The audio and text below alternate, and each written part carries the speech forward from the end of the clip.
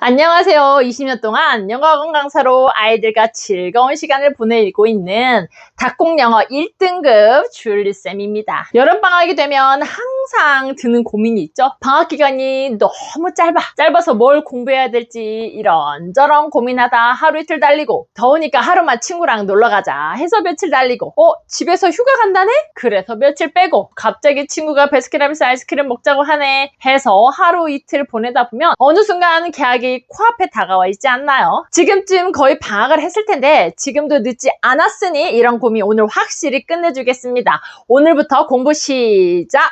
해봅시다. 그동안 아이들을 가르쳐 오면서 가장 효과 있었던 방법이니 그냥 믹 해보시면 좋을 것 같아요. 일단 고등학교 가서 내신 잘 나오게 하는 방법부터 갑니다. 자, 먼저 중학교 1학년, 2학년 친구들, 시간 많다고 너무 여유 부리지 말고, 영어에 있어서는, 특히 입시 영어에 있어서는 중학교 생활이 가장 중요하기 때문에 우리 1, 2학년 친구들은 방학 4주간 딱 방문하면 돼요. 서점 가서 내가 마음에 드는 문법 교재, 하지만 풀 수 있는 문제수가 많은 문제집으로 한 권 정해서 그 한 권은 다 푼다고 생각하고 문법 공부 꼭 해야 돼요. 1학년 때 전반적인 문법 이해도를 높여놓고 중2 겨울방학 때부터 본격적으로 내가 알던 문법들을 체계적으로 정리하고 독해에 적응하면서 문제풀이를 해야 해요. 중3 말까지 내 거로 완전 내 몸과 영혼과 일치되게 만들어야 합니다. 그래야 고등학교 가서 내신 준비에 개고생하지 않을 수 있어요. 물론 여기에 단어도 하루에 30개씩, 독해도 2개씩, 리스닝도 20분씩 해주면 진짜 100점! 그치만 우리 친구들 여름이니까 놀고 싶잖아요. 그러니까 최소한 선생님이 말하는 것만이라도 꼭 해야 한다는 거예요.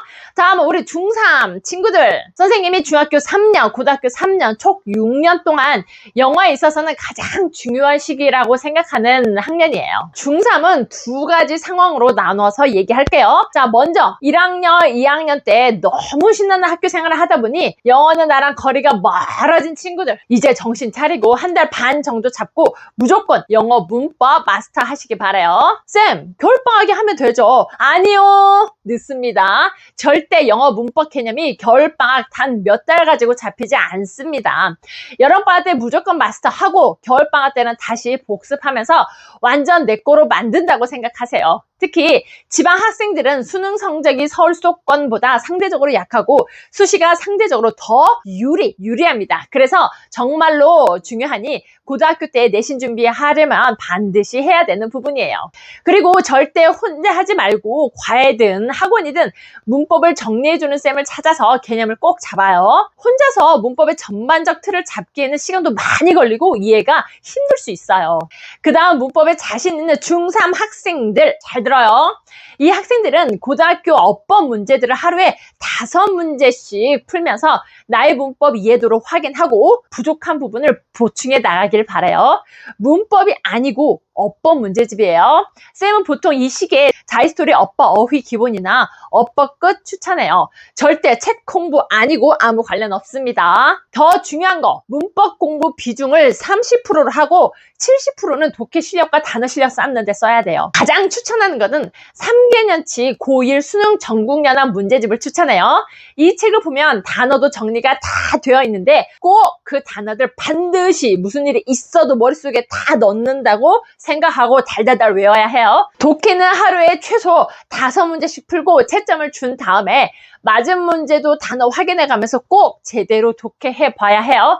여기서 반드시 생각해야 할 것, 문제를 맞고 틀리고 점수가 잘 나오고 못 나오고가 중요하지 않아요. 일단 중3 시기에는 문제 푸는 정확도를 높이기 위해 욕심 부리지 말고 많은 독해를 정확히 하고 내용을 이해하는 데 목적을 둬야 돼요. 문제 푸는 정확도를 높이는 건 고등학교 가서 해도 절대 늦지 않으니 쌤이 말한 대로 꼭 하세요. 그리고 모의고사 보면 1번에서 17번까지 듣기 문제가 있는데 이것도 반절로 나눠서 하루에 7문제 혹은 8문제씩 듣고 틀린 문제는 반드시 스크립트 채워보기 연습하세요. 문제집 보면 뒷부분에 스크립트 나와 있어요. 요즘은 리스닝 잘하는 친구들이 워낙 많아요. 하지만 그렇다는 얘기는 리스닝에서 틀리면 1등급 맞기 힘들겠다라고 생각하시면 되겠죠. 그러니 리스닝은 하루에 몰아서 듣지 말고 꾸준히 5문제에서 7문제 꼭 틀린 문제 스크립트 써가면서 연습하면 금방 실력이 좋아질 거예요.